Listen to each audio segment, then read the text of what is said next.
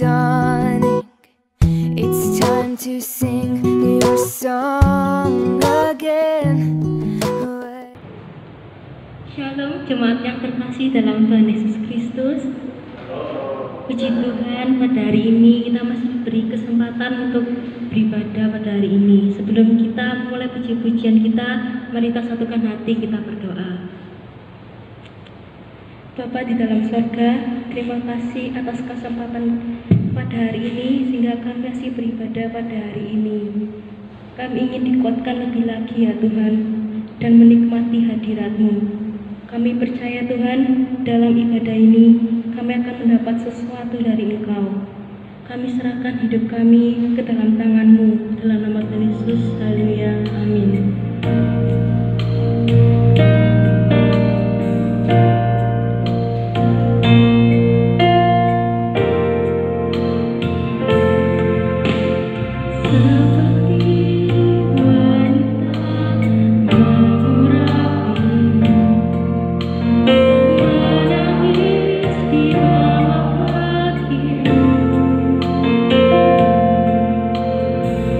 Demi tiang hidup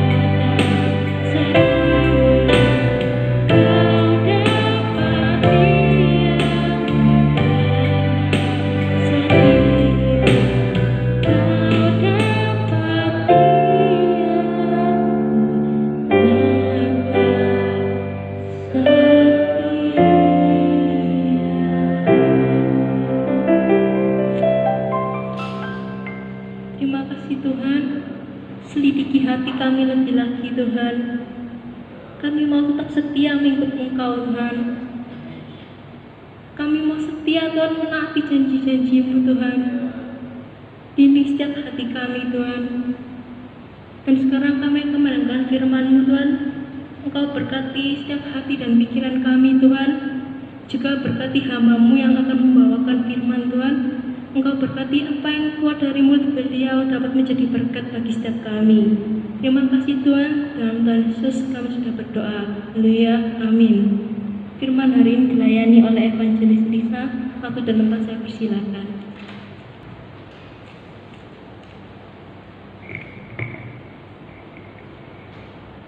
Mari saudara kita berdoa dulu untuk kepala.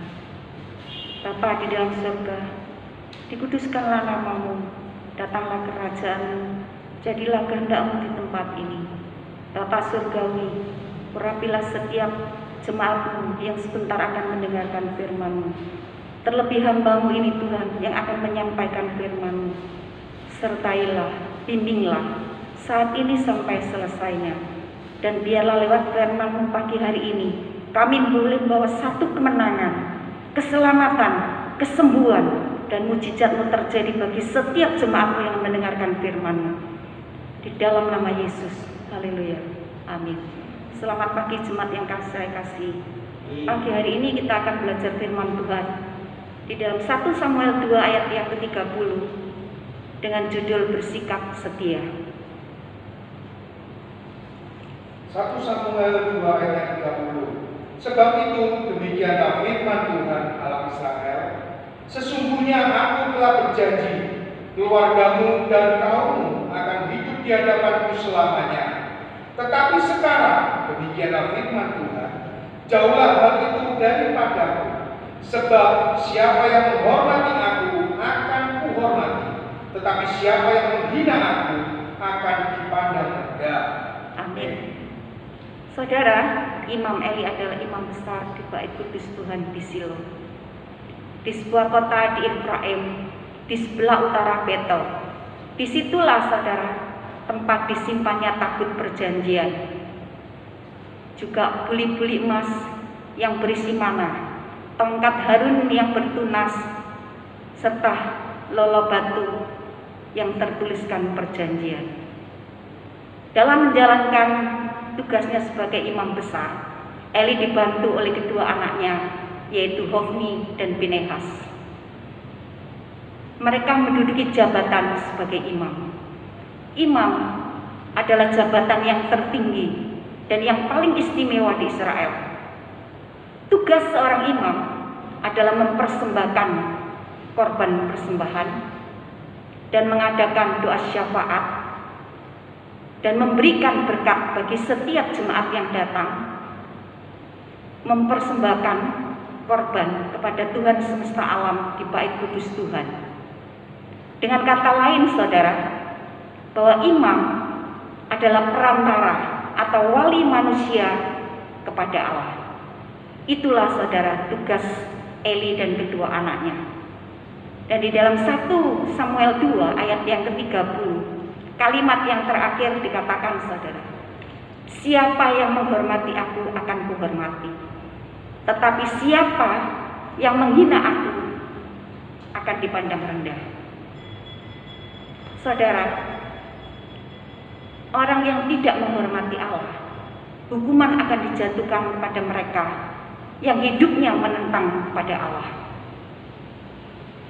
Ini adalah inti nubuatan daripada abdi Allah yang disampaikan kepada Eli dan keluarganya, terutama kedua anak Eli, yaitu Hofni dan Pinehas. Di dalam 1 Samuel 2 ayat yang ke-12 dikatakan saudara, adapun kedua anak lelaki Eli adalah orang-orang yang dursila. Mereka tidak mau mengindahkan Tuhan. Dengan kata lain saudara, mereka tidak mau mengandalkan Tuhan di dalam kedudukannya sebagai imam. Dan mereka tidak melakukan tugas dengan baik sebagai seorang imam sesuai dengan aturan di dalam firman Tuhan. Mereka hanya melakukan kehendaknya sendiri, saudara. Dan mereka hanya membuat sesuatu, saudara, yang tidak baik. Dan mereka hanya untuk memuaskan hawa nafsu dan keinginan daging mereka. Dan mereka juga, saudara, selalu berbuat yang tidak baik di hadapan Tuhan. Dan mereka selalu membuat segala sesuatu yang jahat di hadapan Tuhan. Kejahatan apa saja, saudara, yang mereka lakukan? Mari kita lihat di dalam 1 Samuel 2 ayat yang ke-29. Mengapa engkau memandang dengan loba kepada korban sembelihanku dan korban sajianku yang telah kuperintahkan? Dan mengapa engkau menghormati anak-anakmu lebih daripadaku, sambil kamu menggemukkan dirimu dengan bagian yang terbaik dari setiap korban sajian umatku Israel? Amin. Saudara, tepat sekali, saudara, yang Allah nyatakan dan Allah katakan kepada Eli, bahwa ia menghormati anak-anaknya lebih daripada Tuhan. Eli adalah seorang ayah dan dia adalah seorang imam besar. Dia berhak, saudara, memecat kedua anaknya dari jabatannya sebagai imam atas perbuatannya. Tetapi Eli tidak melakukan itu. Eli tidak tegas, saudara.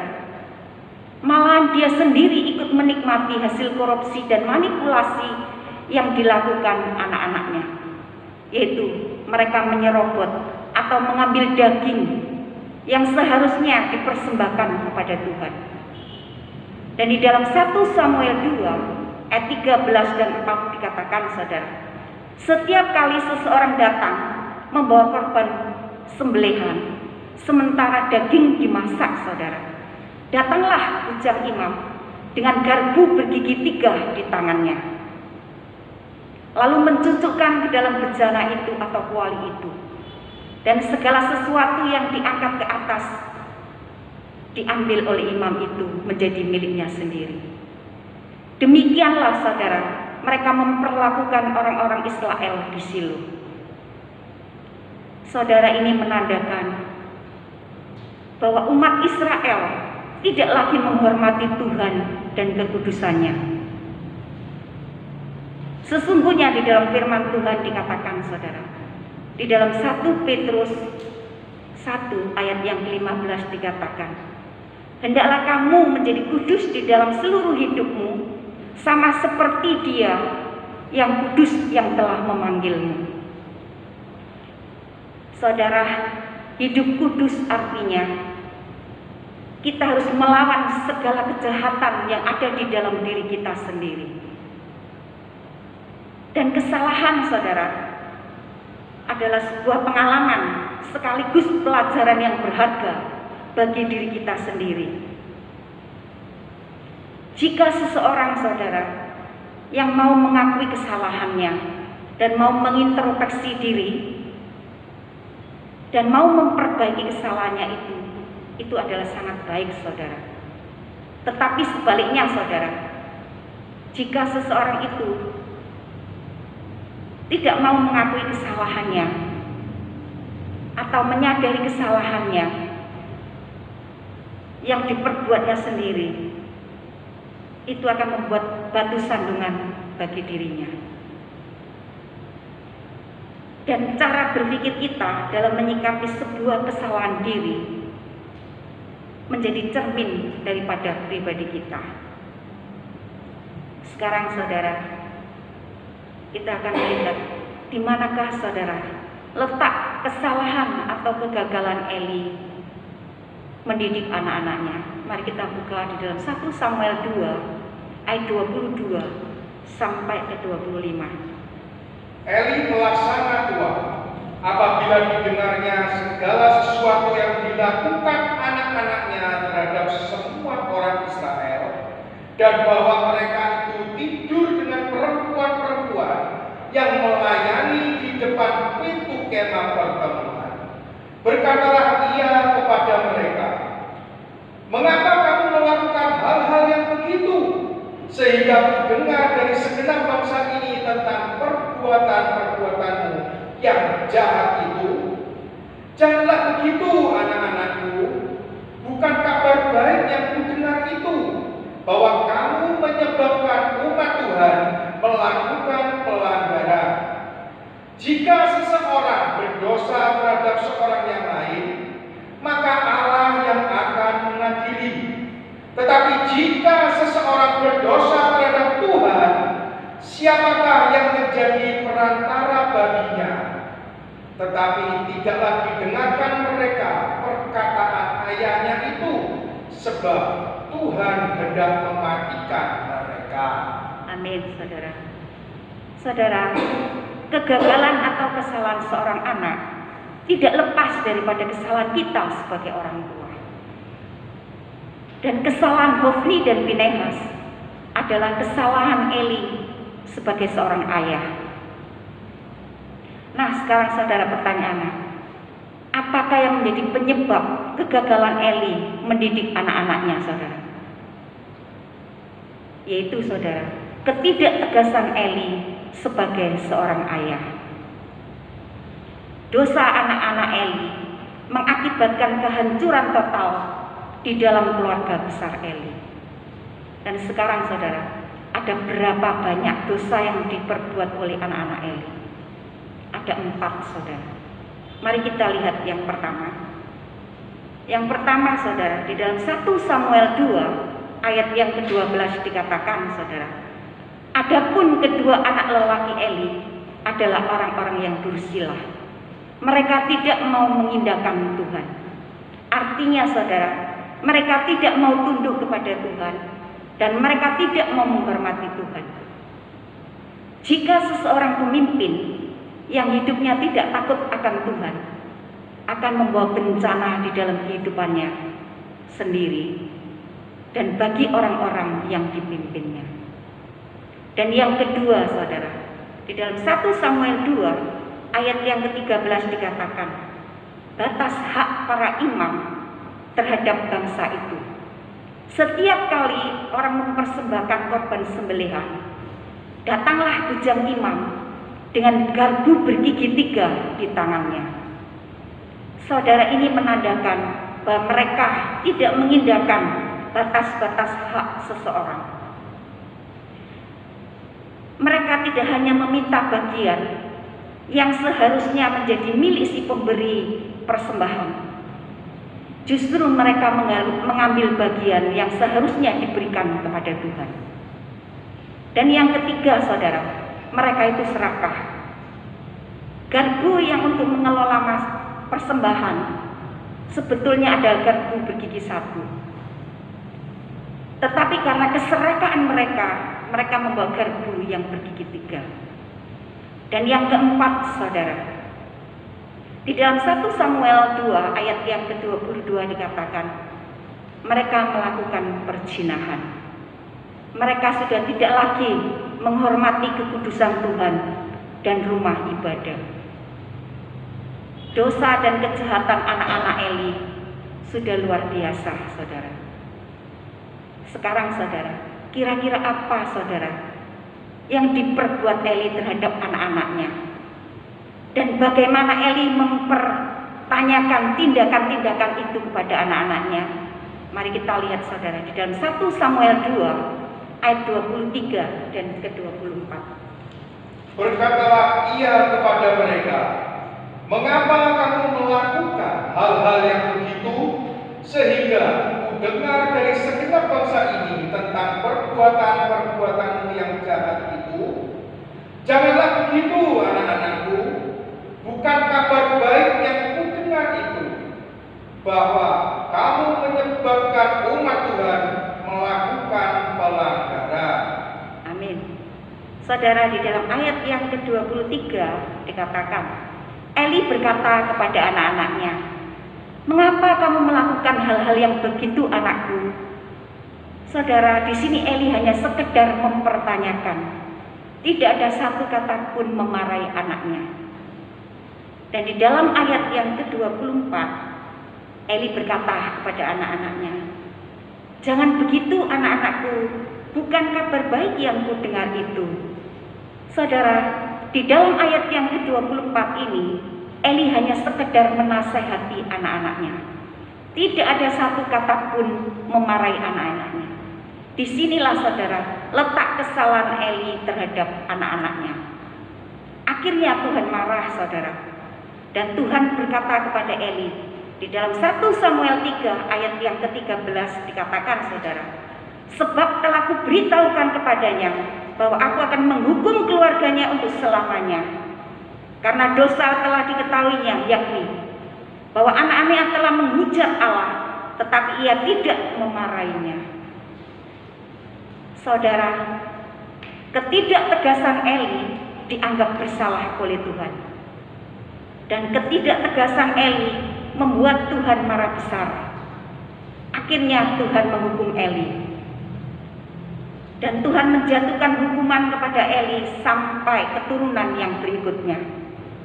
Dan hukuman yang paling berat diterima Eli adalah kasih karunia dari seluruh keluarga Eli ditariknya kembali. Inilah saudara akibat dari penyalahgunaan urapan Allah. Dan sekarang saudara mari kita lihat di dalam 1 Samuel 4 ayat 17 dan ke-18. Jawab pembawa kabar itu, orang Israel melarikan diri dari hadapan orang Filistin. Kekalahan yang besar telah diderita oleh rakyat. Lagi pula kedua anakmu, Hofni dan Pinehas, telah tewas dan tabut Allah sudah dirampas. Ketika disebutnya tabut Allah itu, jatuhlah Eli telentang dari kursi di sebelah pintu gerbang.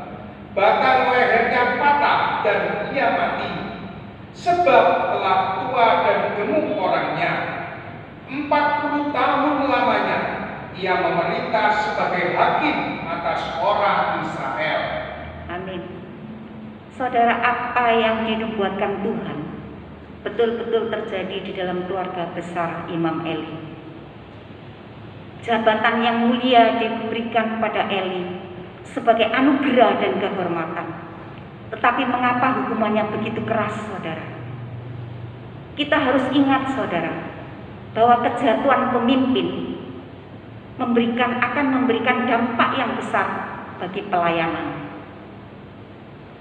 Dan keimanan bangsa Israel adalah makna rohani sebagai sarana untuk menyembah kepada Allah.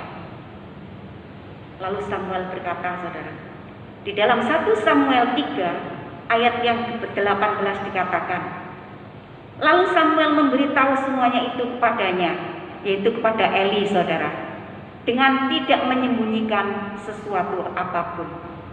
Lalu Eli berkata, saudara, dia Tuhan, biarlah apa yang diperbuat yang dipandangnya baik. Saudara, sebetulnya Eli diberi kesempatan untuk membersihkan Israel dari kebobrokan anak-anak Eli. Tetapi reaksi Eli seolah-olah berkata, yang sudah terjadi biarlah, mau diapakan lagi. Saudara, tidak ada satu kegentaran di dalam diri Eli bahwa Israel adalah umat yang istimewa bagi Tuhan. Dan keistimewaannya jauh lebih besar, saudara, diberikan Allah kepada Eli. Kita bisa melihat, saudara, di mana saat kemuliaan yang diberikan kepadanya yang begitu agung, tapi direspon Eli dengan tindakan yang menghina kepada Tuhan. Disinilah, saudara, letak kegagalan Eli dan anak-anaknya, yaitu yang pertama, saudara, tidak menghormati Tuhan. Dan yang kedua, saudara, tidak bersikap setia kepada Tuhan di dalam kekudusannya.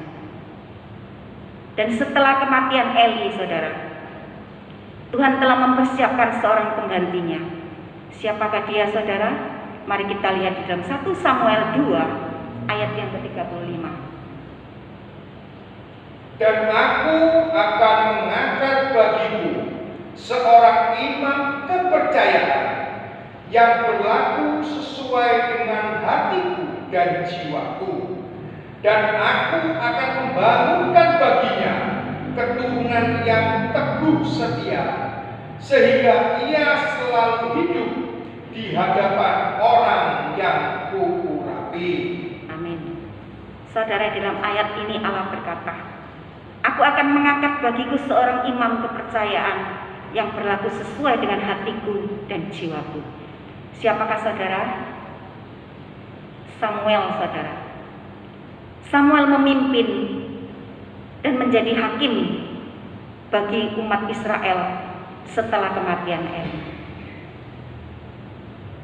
Saudara, zaman sekarang tidak sedikit saudara orang-orang Kristen yang berperilaku seperti bangsa Israel.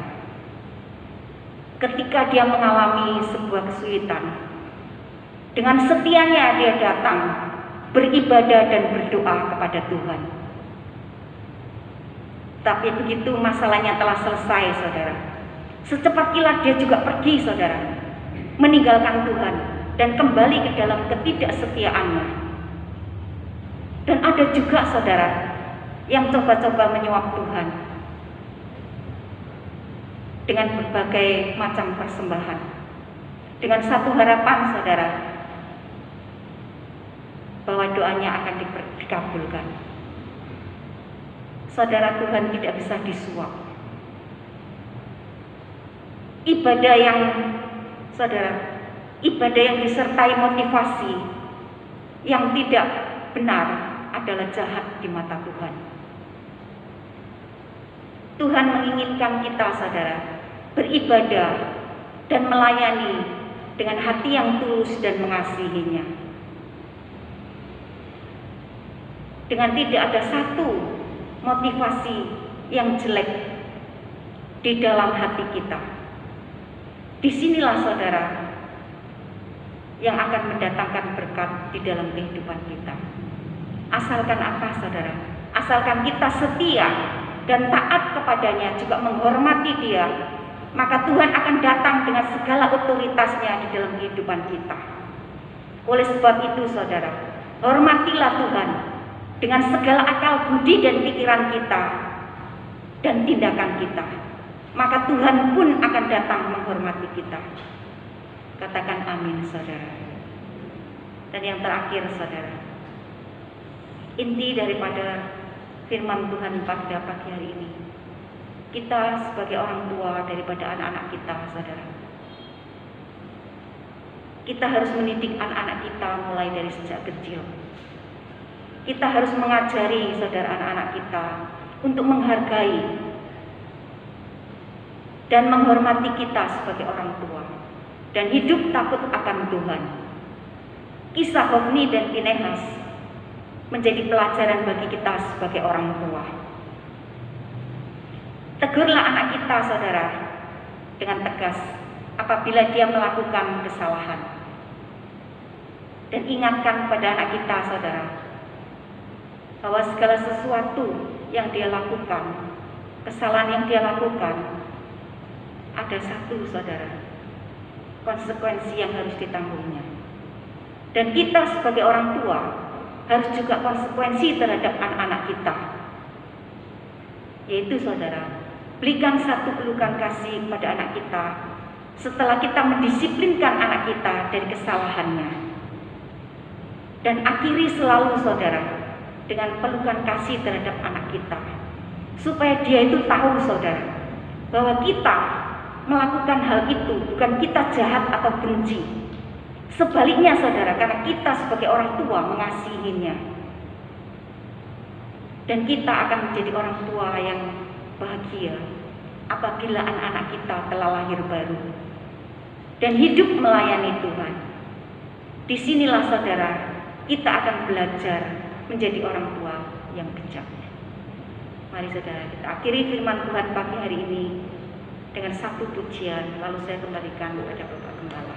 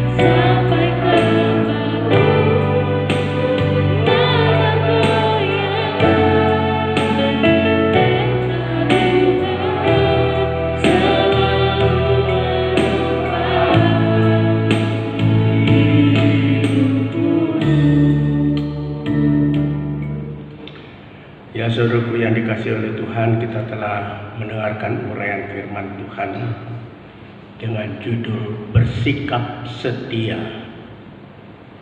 Sudah diberi anugerah. Tugas yang Tuhan berikan itu sebenarnya saudaraku bukan beban, anugerah. Ya. Anugerah yang Tuhan berikan kepada kita. Nah, kita perlu bersikap setia di dalam melakukannya. Ayat 30 dari 1 Samuel 2 tadi menjelaskan bahwa Tuhan sudah berjanji sungguh-sungguh, dikatakan bahwa kaum dari Eli dan keluarga Eli itu Tuhan akan berada selama-lamanya di hadapan mereka. Berjanji bahwa Tuhan akan menyertai. Tetapi di bagian kedua dikatakan tidak. Kenapa? Mereka yang sudah direncanakan dari awal, di ayat yang ke-27 itu dikatakan mulai dari Mesir itu mereka sudah dipersiapkan untuk menjadi imam, untuk melakukan apa? Membakar persembahan di mezbah Tuhan. Wah, pekerjaan yang mulia. Terus membakar ukupan, memakai baju efod. Saya tidak akan mengulas tentang hal ini, saudaraku, arti-arti itu semua.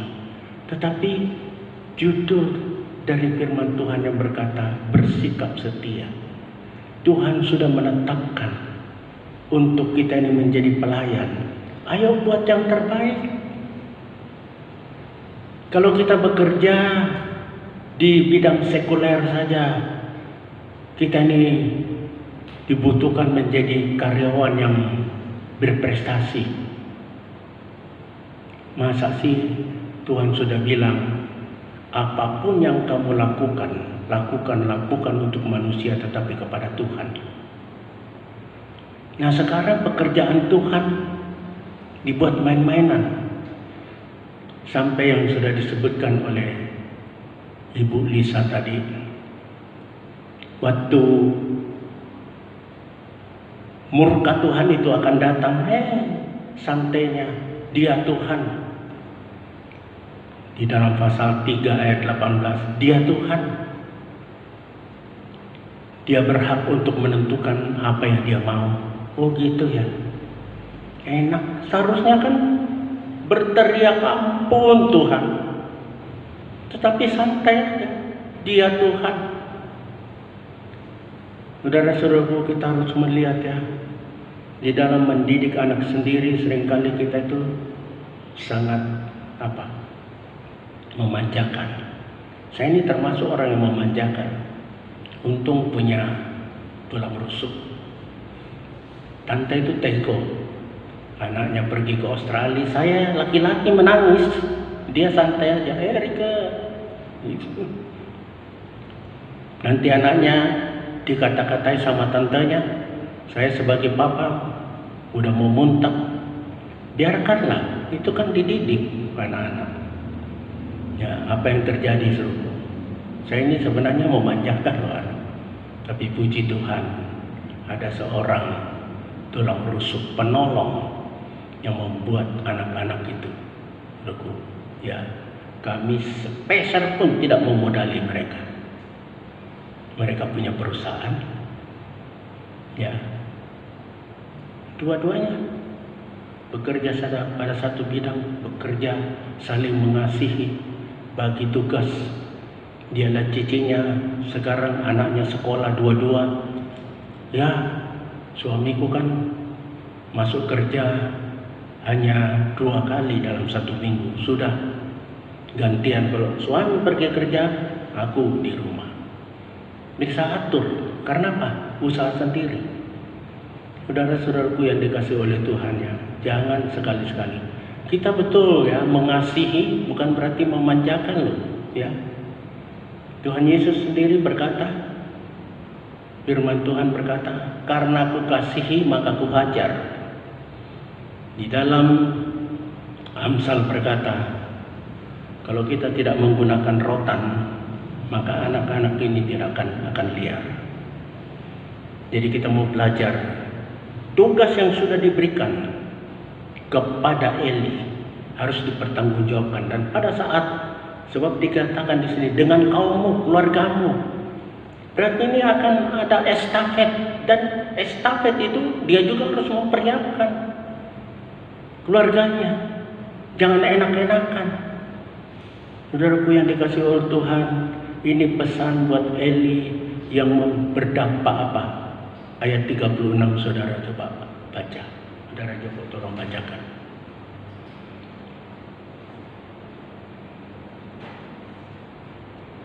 Kemudian siapa yang masih tinggal hidup dari keturunanmu akan datang sujud menyembah kepadanya, meminta sekeping uang perak atau sepotong roti, dan akan berkata, tempatkanlah kiranya aku dalam salah satu golongan imam itu, supaya aku dapat makan sekerat roti. Nah, konsepnya begitu. Sampai minta-minta sama Samuel ya untuk makan, dan berkata, coba tempatkan aku. Tujuannya melayani untuk perut lagi. Coba suruhku, kalau kita tidak dididik suruhku, kita melayani ono karpe. Saya bersyukur kepada Tuhan. Nah, jemaat semua sudah tahu, waktu kita membangun gereja ini tidak pernah berkuar-kuar dari atas mimbar atau menyuruh pelayan-pelayan Tuhan untuk ngejar-ngejar persembahan, tidak ada. Tetapi itu duit mengalir begitu luar biasa. Begitu juga pada saat membangun di belakang. Jadi saudaraku, pada saat kita melayani, jangan ono karepe. Kalau saudara mau cari duit, keluar dari tempat ini, pergi cari. Saya saudaraku, maaf, bukan nyombong. Saya keluar dari pegawai negeri. Waktu saya mau mengundurkan diri, sudah setahun saya tidak masuk ya, saudara. Ini kan direkam, jadi nanti rekan-rekan saya akan melihat kesaksian saya ini benar atau tidak. Setahun tidak masuk, yang lain dipecat, saya tidak. Bahkan waktu itu saya bilang, sudah Pak, saya keluar aja. Sebab biaya hidup di Jakarta cukup tinggi dan tidak mencukupi kalau saya bekerja di sini. Saya dipanggil Salombe. Salombe, coba pikir, masuk di sini susah loh. Kamu buat aja. Taruhlah kamu cari duit dulu di swasta. Ada opsi cuti di luar tanggungan negara selama 3 tahun. Kamu statusmu tetap pegawai negeri, tetapi masa kerjamu tidak diperhitungkan selama cuti itu, dan gaji juga tidak jalan, semua tunjangan stop. Tapi statusmu anytime you want to come back jadi pegawai negeri dibuka. Saya bilang tidak, saya sign, saya mau resign saja. Kalau mau cari duit pelayanan, jangan sampai kita apalagi ikut Tuhan, supaya aku diberkati. Jangan, saudaraku. Saudara kalau hidup benar di hadapan Tuhan, ya saudara, hidup benar di hadapan Tuhan, pasti Tuhan berkati. Nggak usah kita kerja banting tulang, macam-macam di dalam pelayanan dengan memanipulasi karunia-karunia roh itu supaya gereja kebek, supaya kolektor perpuluhan kebek. Jujur saja, ada jemaat kita selalu di sini. Om, saya mau datang ke situ, mau berikan perpuluhan saya. Saya tahu keluarga ini juga orang tidak punya. Saya bilang, Bu, bukan karena tidak punya, terus benak saya paling titik, tolak, bukan. Saya katakan, Bu, gunakanlah persembahan itu, ya, sebab kondisinya sulit. Saya tidak bisa membantu ibu. Sudah per bulan itu saya terima, saya kembalikan kepada ibu. Oh tidak Pak, ini haknya Tuhan. Saya harus datang memberikan. Coba dulu, kita melayani Tuhan itu kalau betul-betul dalam kondisi kayak begini, tidak membuat kita itu tidak makan. Berkat itu melimpah. Ada seorang jemaat juga panggil, Pak Amin, aku mau kirim beras. Udahlah Bu, enggak usah Bu, ini dalam kondisi sulit ibu pakai. Enggak.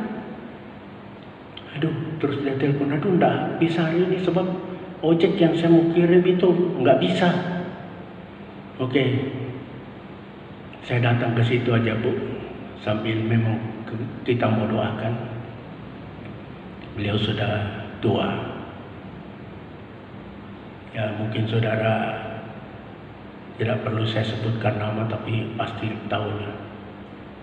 Kami pergi ke situ tadi, dibawain ayam panggang, dimasakin, dibawain beras, dibawain pisang, dibawain telur. Saudaraku, padahal kita itu tidak minta. Malah dia bilang, Pak Amin, kenapa kok enggak mau telepon-telepon? Tante bilang, saya kalau lihat ada jemaat yang suka memberi, itu pantang bagi saya untuk sedikit nelpon. Nanti pada saat aku nelpon, dipikir mau ngingetin persambahannya.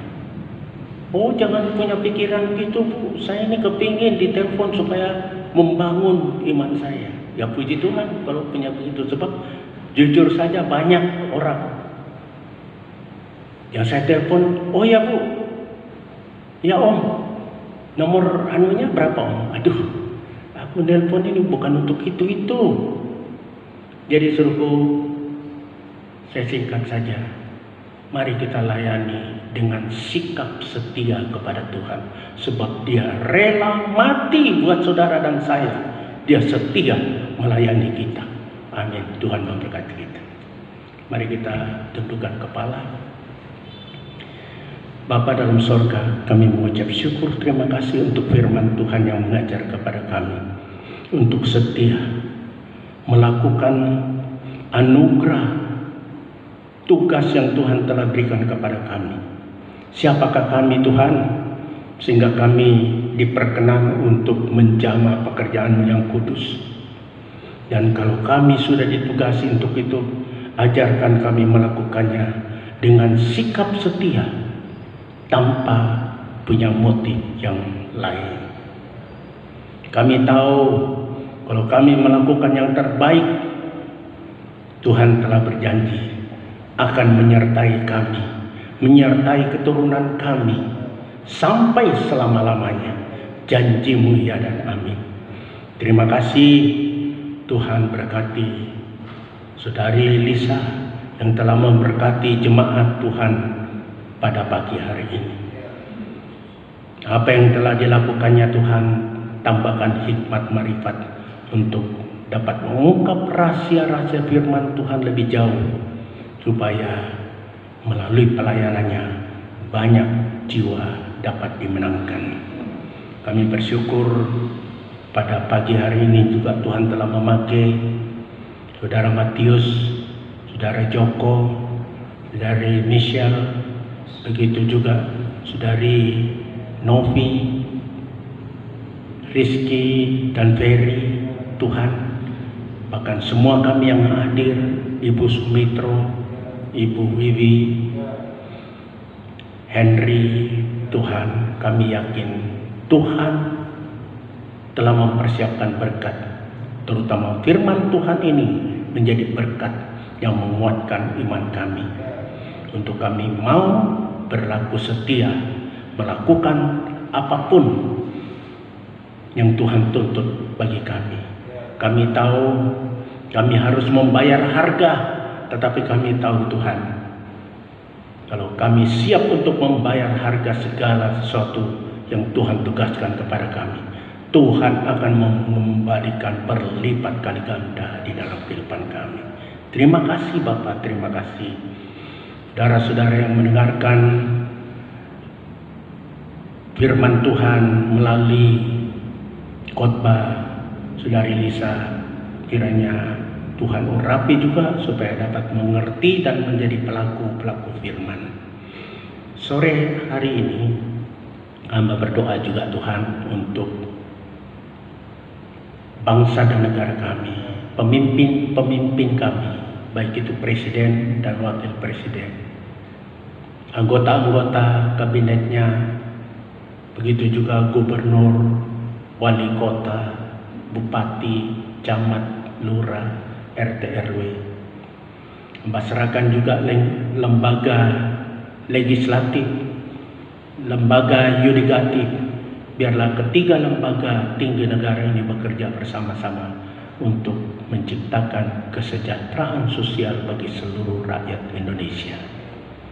Hamba berdoa juga Tuhan untuk saudara-saudara kami yang sakit. Tuhan tolong Tante Naomi, Ibu Tri, begitu juga Tuhan Mama Ana, Cik Lim Liu Yung Tuhan. Tuhan berkati mereka, berkati juga Bu Salimin, berkati juga yang lain-lain yang tidak sempat hamba sebutkan satu persatu, dan Tuhan mengetahui mereka. Tuhan berkati mereka. Saudari Inge, Tuhan Jama, mengalami perubahan baik fisik maupun rohaninya supaya semakin indah di hadapan Tuhan.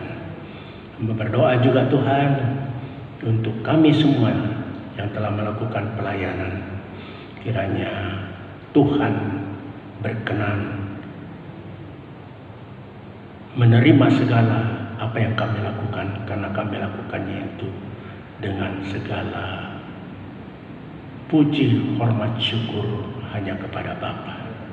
Saudaraku yang dikasihi oleh Tuhan, mari kita bangkit berdiri. Mari kita angkat tangan kita. Tuhan memberkati saudara dan melindungi saudara. Tuhan menyinari kita dengan wajahnya dan memberikan kasih karunia. Tuhan menghadapkan wajahnya kepada kita dan memberikan damai sejahtera. Dan kiranya kasih dari Allah Bapa, anugerah Tuhan Yesus, dan pimpinan Roh Kudus akan menyertai kita, memberkati kita mulai saat ini sampai Tuhan Yesus datang pada kali yang kedua. Dalam nama Tuhan Yesus, hamba mohon ini semuanya. Bersama kita mengatakan amin. Selamat pagi, Tuhan memberkati kita. Aku diberkati.